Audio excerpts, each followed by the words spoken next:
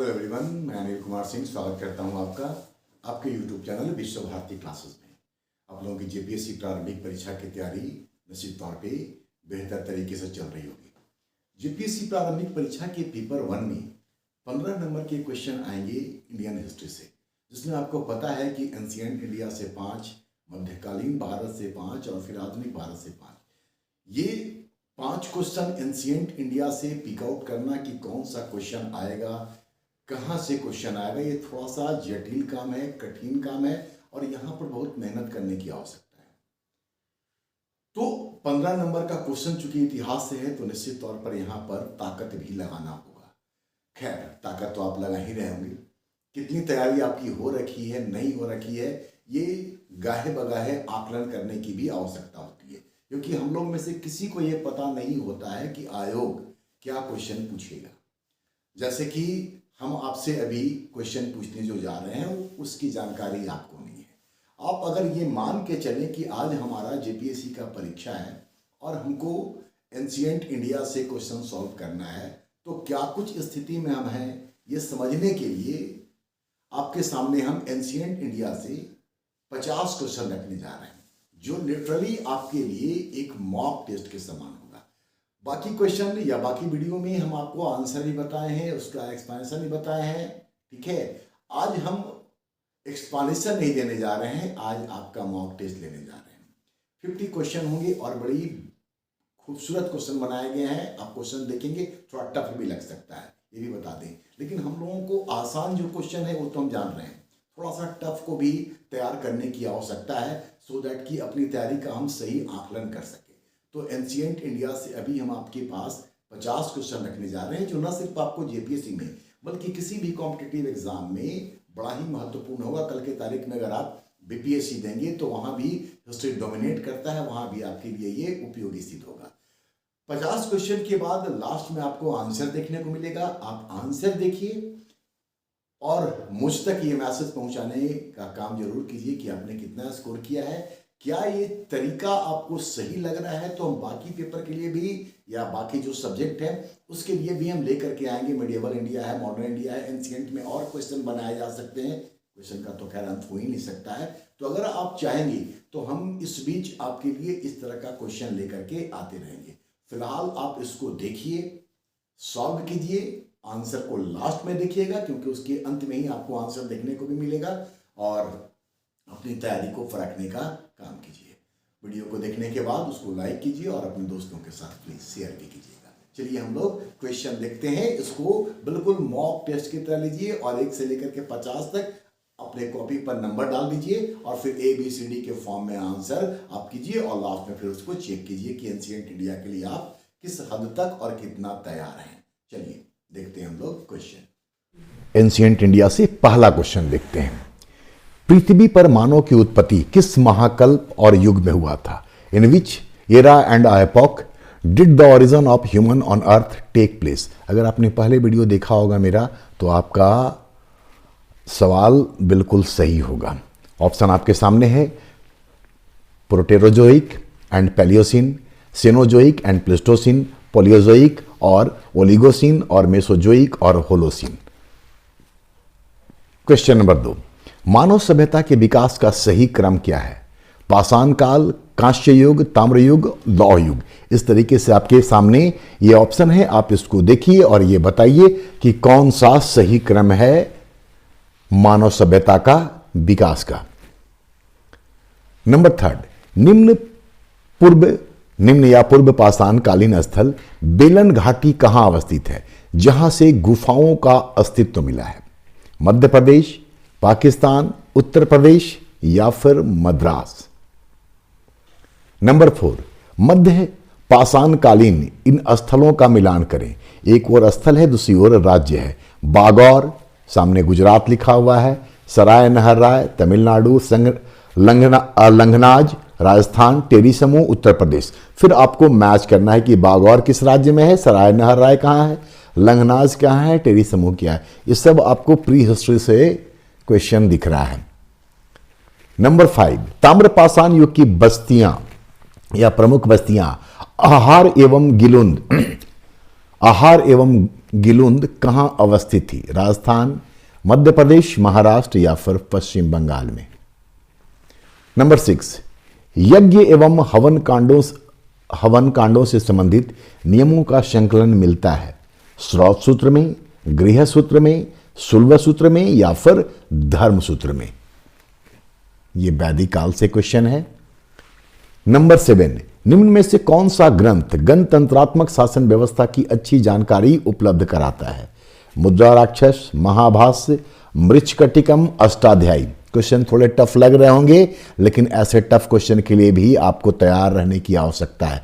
नहीं जानेंगे तो लास्ट में आप उसको जरूर नोट कर लीजिए, क्योंकि ये क्वेश्चन है बहुत इंपॉर्टेंट। नंबर 8, सही रूप से मिलान करें। ये क्वेश्चन आपको इंडस वैली सिविलाइजेशन से है। एक और एविडेंसेस हैं, दूसरी ओर साइट्स हैं। फर्श से अलंकृत ईंट, पत्थर का किला, सिंध का नखलिस्तान, हड्डी के उपकरण। दूसरी ओर ये कहां प्राप्त हुए हैं? तो उनके लिखा हुआ है चिरान, मोहनजोदाड़ो, अली मुराद और कालीबंगा। आपको सही आंसर मैच करना है। नीचे आपके लिए कोड दिया हुआ है, कूट दिया हुआ है, आप उसके अकॉर्डिंगली इसको मिला सकते हैं। ये क्वेश्चन कंपैरेटिवली आसान होगा। नंबर 9, कौन सही सुमेलित नहीं है? तमिल कविता की ओडिसी, सामने लिखा हुआ मणिमेखले। बाइबल ऑफ तमिल, तिरुकुरल लिखा हुआ है। नुपुर की कहानी, तोलकापियम, सामने लिखा हुआ है। बुक ऑफ मैरिज, जीवक चिंतामणि लिखा हुआ है। ये चेर चोल पांडे, जो दक्षिण में संगमकालीन इतिहास आपने पढ़ रखा है, उससे जुड़ा हुआ ये सवाल है। नंबर 10, धर्म सूत्र में उल्लेखित अधम का प्रयोग किसके लिए किया गया है? सूदखोर के लिए, चांडाल के लिए, शूद्र के लिए या फिर व्यापारी वर्ग के लिए?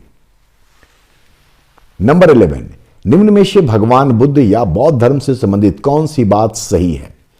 यहां एक से अधिक आपको आंसर चूज करने हैं। वेदों को प्रामाणिक माना, उपनिषदों की शिक्षाओं को अपनाया, ईश्वर के अस्तित्व को स्वीकार नहीं किया और कर्मकांड पर विश्वास जताया। आपको देखना है कि कौन कौन सी बात इसमें से सही है। नंबर 12, किस जैन ग्रंथ में उल्लेखित है कि किसी भी बुद्धिमान व्यक्ति की बुद्धिमत्ता का सार इसी में है कि वह किसी को कष्ट न पहुंचाए? यह लिखा हुआ है उत्तराध्ययन सूत्र में, आचरांग सूत्र में, विचार श्रेणी ग्रंथ में या फिर परिशिष्ट पर्वन में। ये चारों जो नाम है ये सब जैन साहित्य हैं। Number 13, history of the war निम्न में से किसकी रचना है? अरिस्टोबुलस, ओनेसिक्रिस्ट, नियार्कस और डायोडोरस। इसमें से यहां एक बात आपको बताएंगे कि ए, बी और सी, अरिस्टोबुलस, ओनेसिक्रिस्ट और नियार्कस, ये तीनों सिकंदर के साथ भारत आने वाले उनके सेनापतियों में से एक थे। चलिए, किसने लिखा ये अब आपको बताना है। नंबर 14, किस हड़प्पाई स्थल से प्राप्त मृदभांड पर प्यासा कौवा एवं चालाक लोमड़ी की कथा चित्रित है? मृदभांड पर ही इसको पेंट किया गया है, चित्र बनाया गया है। और प्यासा कौवा और चालाक लोमड़ी जो बचपन में कहानी हमने पढ़ा है, उसी को प्रदर्शित किया गया है। तो ये कहां से मिला है? कालीबंगा, लोथल, चान्होदलो या फिर आलमगीरपुर? ये क्वेश्चन थोड़ा यूनिक है, बट शायद कभी काम आ जाए। नंबर 15, निम्न में से कौन सी हड़प्पाई स्थल का ऊपरी शहर और निचला शहर अलग अलग दुर्गीकृत है? चान्होदाड़ो, कोटदीजी, कालीबंगा या फिर धौलावीरा? नंबर 16, हितम बुद्धम जात्यति, अर्थात यही बुद्ध ने जन्म लिया था, अशोक के किस लेख में उल्लेखित है? कौशांबी अभिलेख, रुम्नीदेही अभिलेख, कांधार लेख या फिर ब्रह्मागिरी लेख? नंबर 17, निम्नलिखित में से कौन सा स्रोत चंद्रगुप्त मौर्य की सेना को डाकुओं का गिरोह कहता है? अर्थशास्त्र, एपियानस, जस्टिन या फिर मुद्रा राक्षस? नंबर 18, किसने अशोक के धम की तुलना अकबर के दिन ए इलाही से किया है? क्वेश्चन सारे प्रैक्टिकल हैं, आप देखे हो ना देखे हो अलग बात है, लेकिन सारा चीज आपको रिलेवेंट नजर आएगा। क्वेश्चन देखने के बाद ये आप जरूर रियलाइज करेंगे। ऑप्शन को देखिए, फ्लिट, राधा कुमुद मुखर्जी, डी आर भंडारकर या फिर रोमिला थापर? नंबर 19, कौन सही सुमेली थे? ये मौर्यकालीन एडमिनिस्ट्रेशन से क्वेश्चन है और मौर्य काल में जो 18 विभाग हैं और जो 26 तीर्थ हैं उसको आप निश्चित तौर पर याद रखिएगा। ये उनके जो 18 प्रमुख विभाग हैं जिसको कि तीर्थ कहते थे उसी के अधिकारियों से संबंधित है। पहला प्रदेष्टा कंटक शोधन न्यायालय का प्रधान, अंतपाल आंतरिक दुर्गों का प्रधान, अंतवर्षिक सम्राट के अंगरक्षकों का प्रधान और समाहर्ता कोषाध्यक्ष। कौन कौन सही सुमेली थे ये आपको इसमें देखना है। नंबर 20, सिंधु सभ्यता के किस स्थल से अंडाकार कब्र का साक्ष्य मिला है? रोपड़, लोथल, चान्होदड़ो, हड़प्पा। सिंधु सभ्यता के जो एविडेंसेज हैं आमतौर पर हम लोग चावल कहाँ से मिला, औद्योगिक नगर कौन सा था, ठीक है, गेहूं चावल कहाँ से मिला, ये हम लोग जान रहे हैं, बट ये थोड़ा सा अलग है, ठीक है, आप इसको देखिए। ऑप्शन आपके सामने है। नंबर 21, सिंधु सभ्यता को आर्यों ने नष्ट किया ऐसा मानने वाले विद्वान थे? एक से अधिक आंसर आपको पिक आउट करना है। अर्नेस्ट मैके, मार्टिमर व्हीलर, गार्डन चाइल्ड या फिर स्टुअर्ट पिगट। आर्यों ने नष्ट किया। नंबर 22, ईरान की सीमा के निकट किस हड़प्पाई स्थल की खोज हुई थी? यहां यह बता दें कि यह क्वेश्चन जेपीएससी में ही जब ऑप्शनल हुआ करता था संभवतः 5th जेपीएससी के तक ये क्वेश्चन एक बार पूछा जा चुका है, लेकिन हम इसको वापस रखे हैं। सुरकोड्डा, सुतकांगेडोर, आलमगीरपुर, कोटदीजी। ईरान के सीमा के निकट हड़प्पाई स्थल। 23, वैदिक काल में राजत्व सिद्धांत के विकास का मुख्य कारण था? आर्य एवं अनार्य में युद्ध, आर्यों का पारस्परिक युद्ध, नेतृत्व के अभाव में असुरक्षा की भावना और डी कबीलाई एवं पशुचारी अर्थव्यवस्था। नंबर 24, वैदिक राजाओं के संबंध में कौन सा कथन सही है? जनता स्वयं राजा पर नियंत्रण रखती थी, राजा के ऊपर किसी का नियंत्रण नहीं था, समिति और सभा राजा के ऊपर नियंत्रण रखती थी, या डी मंत्री परिषद राजा के अधिकारों पर नियंत्रण रखता था। 25, ऋग्वैदिक स्त्रियों के लिए कौन कौन सा कथन सही नहीं है? उन्हें समाज में आदर का स्थान प्राप्त था, पति की मृत्यु पर प्रतीकात्मक कुर्बानी दे देती थीं, उन्हें शिक्षा प्राप्त करने एवं राजनीति में भाग लेने का अधिकार था, और डी उन्हें स्वयं को पति के चिता पर चलना पड़ता था या जलना पड़ता था।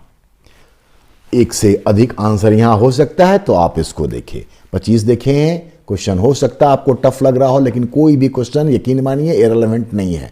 एक क्वेश्चन ही चूंकि आपके सामने आता है और वो स्किप हो जाता है या नहीं जानते हैं तो आप सिर्फ उसको एक मानते हैं। यहां हो सकता है कि लगातार 25 आपको टफ लग रहा हो, लेकिन इसको एक मान के अगर चलेंगे तो एग्जाम में वो क्वेश्चन भी जो गलत होता है शायद नहीं हो। अब देखिए इस तरह के क्वेश्चन को भी।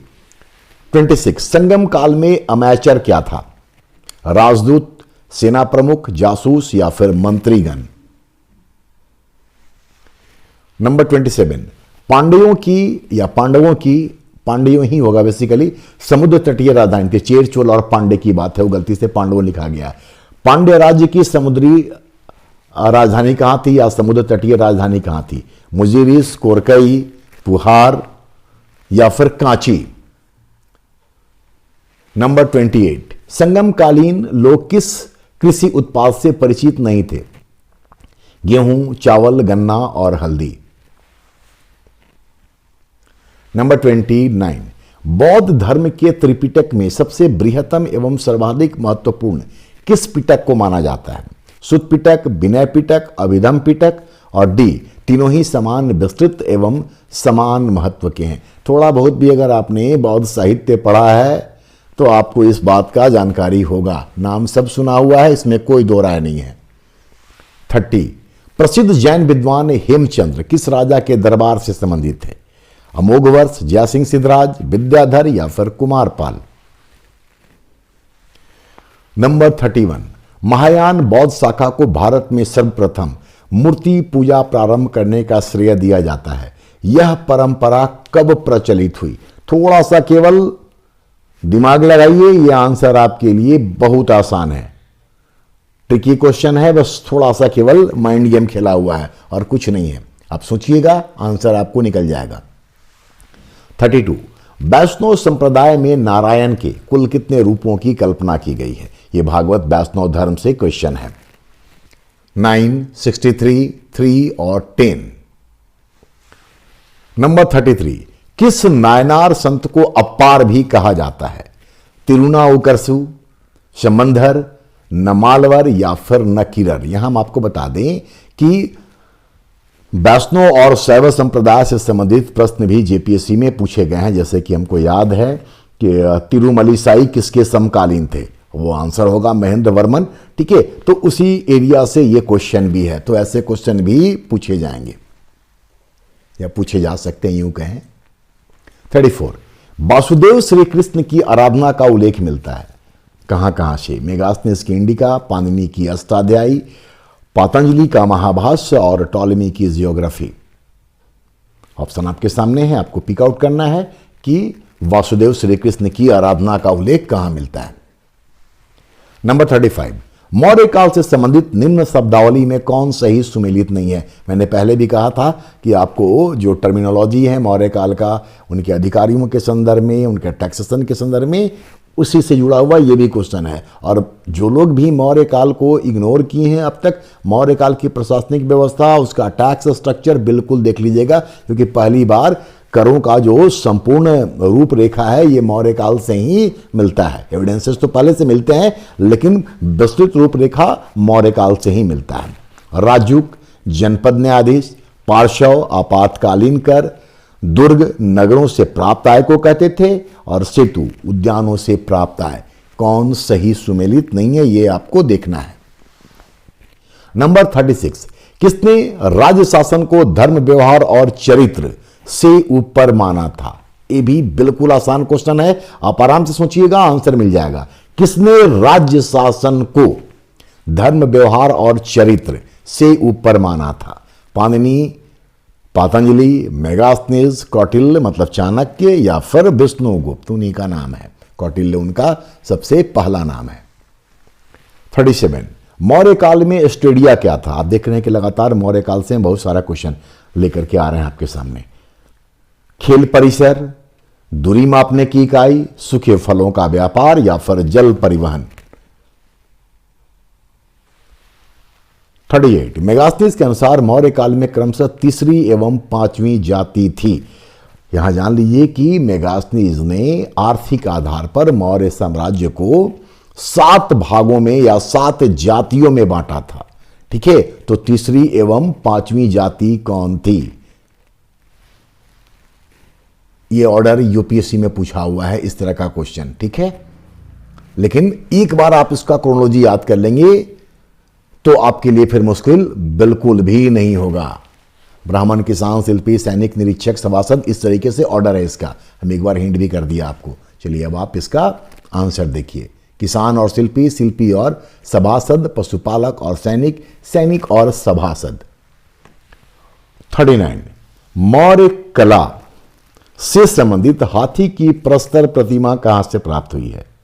ये भी बहुत आसान है, पहले का वीडियो भी देखोगे तो वहां पर ऑप्शन में ये आंसर भी आपको मिल रखा है।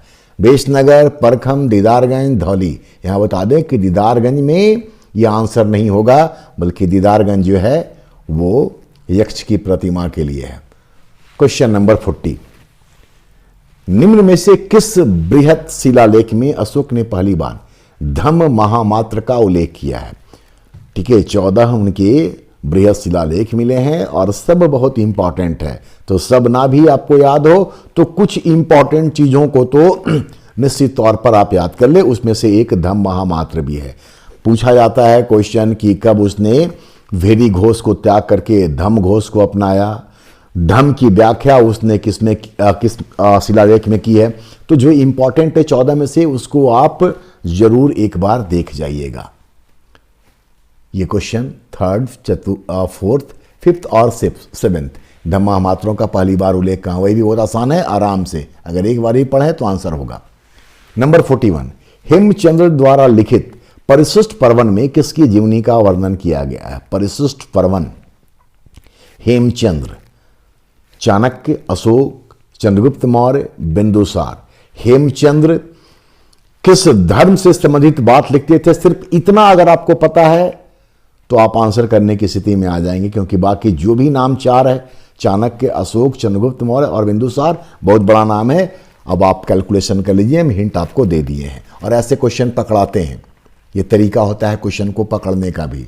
हेमचंद्र, चलिए हम हिंट दे दे रहे हैं पूरा कि वो जैन धर्म से संबंधित बात लिखते हैं। अब आपके सामने ऑप्शन है, अब आप देख लीजिए। नंबर 42, चाणक्य के अनुसार मौर्य काल में रेशमी वस्त्र उत्पादन केंद्र था, मतलब रेशम का वस्त्र कहां बनता था? काशी और पुंड्र, मथुरा और महिष्मति, काशी और मालवा, या पुंड्र और कलिंग में?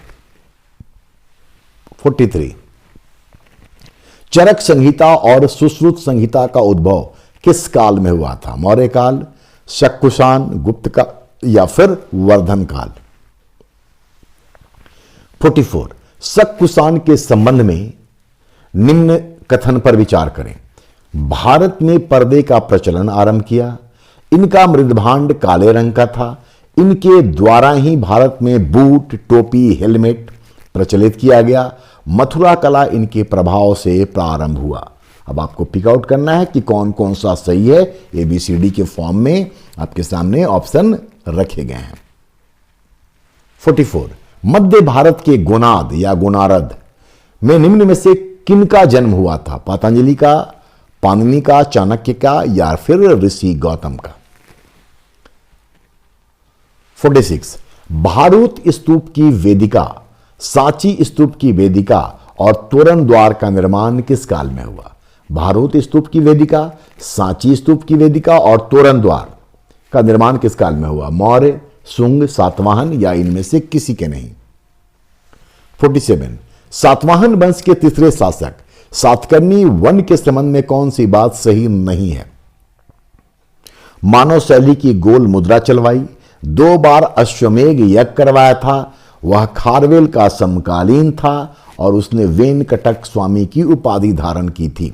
देखिए ऐसे भी क्वेश्चन बने, एक और को निकाल दीजिए आप। तो मान लीजिए क्वेश्चन आपसे पूछिए कि किस सातवाहन शासक ने मानव शैली की गोल मुद्रा चलाई, किसने 2 बार अश्वमेघ यज्ञ किया था, तो एक ऑप्शन से भी आपका एक नया क्वेश्चन क्रिएट होगा। इसलिए टफ के चक्कर में मत पड़िएगा, डरिएगा नहीं, आराम से पूरा वीडियो देखिए और सॉल्व करने का प्रयास कीजिए। हाथी गुंफा अभिलेख नंबर 48 के अनुसार अपने राज्याभिषेक के बाद किस वर्ष खारवेल ने उत्तर भारत पर आक्रमण किया था और बृहस्पति मित्र को पराजित कर जैन मूर्ति को वापस ले गया था? यहां सिर्फ आपको इतना बता दें कि खारवेल ने 3 बार उत्तर भारत पर आक्रमण किया था, उसी में से एक आक्रमण का जिक्र यहां पर क्वेश्चन में किया गया है। पहला, तीसरा, 8वां या फिर 12वें वर्ष? 49, सुविशाख था, मैंने सुदर्शन झील पर एक वीडियो डाला था, आपने देखा होगा संभवतः, उसका आंसर वहीं पर है। रुद्रदामन का अमात्य था ये, सुदर्शन झील का निर्माण करने वाला, कनिष्क के दरबार का प्रमुख विद्वान और चंद्रगुप्त विक्रमादित्य के नवरत्नों में से एक। सुदर्शन झील का निर्माण करने वाला ये नहीं था। सुदर्शन झील में मैंने इनका उल्लेख किया है, किस संदर्भ में किया है, वहां अगर आपने देखा होगा तो ये सॉल्व हो जाएगा। चलिए आखिरी क्वेश्चन इस सेट का, उम्मीद है आप लोग अच्छा कर रहे होंगे। टफ भी लगे फिर भी घबराइएगा नहीं, सीखने का काम है, सीखते रहना चाहिए। नंबर 50, कनिष्क के समय के प्रमुख विद्या केंद्रों में कौन एक शामिल नहीं है? तक्षशिला, पुरुषपुर, खोतान या फिर मथुरा?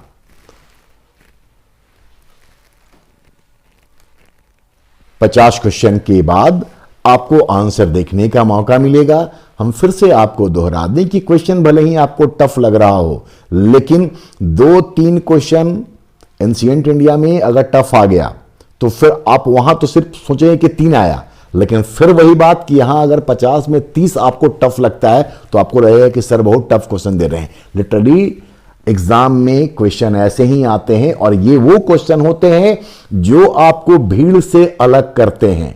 मौर्य वंश का संस्थापक कौन था? हड़प्पा सभ्यता का बेसिक चीज, वैदिक सभ्यता का वैदिक चीज, या जैन धर्म के प्रवर्तक कौन थे? बुद्ध का जन्म कब हुआ? ये सब क्वेश्चन ऐसे हैं जो सिविल सेवा में बैठने वाला हर विद्यार्थी जानता है। अगर आप टफ जानेंगे तभी आप आगे रेस में बढ़ पाएंगे, अदरवाइज खाना पूर्ति हो जाएगा। तो नए क्वेश्चन, कुछ टफ क्वेश्चन कीजिए, क्योंकि रिजल्ट वहीं से बनता है। आसान क्वेश्चन सब लोग करते हैं। चलिए अब आप अपना आंसर देखिए और प्रतिक्रिया मुझ तक पहुंचाइए। यहां मेरा कांटेक्ट नंबर है, आप चाहें तो मुझसे कांटेक्ट कर सकते हैं। आंसर आपके सामने है, आप आराम से इसको मैच कर लीजिए और नंबर कम भी आए तब भी मत घबराइएगा, क्योंकि ये आपके सीखने का टाइम है। यहां सीख लीजिएगा और यहां से अगर क्वेश्चन कुछ आ गया तो एग्जामिनेशन के दिन आपके लिए निश्चित तौर पे वो लाभदायक सिद्ध हो जाएगा। चलिए, मेरी ढेर सारी शुभकामनाएं हैं। आप अपनी प्रतिक्रिया मुझ तक पहुंचाइए ताकि हम आपके लिए इस तरह के क्वेश्चन और भी लेकर के आ सकें। मिलते हैं अगले वीडियो में।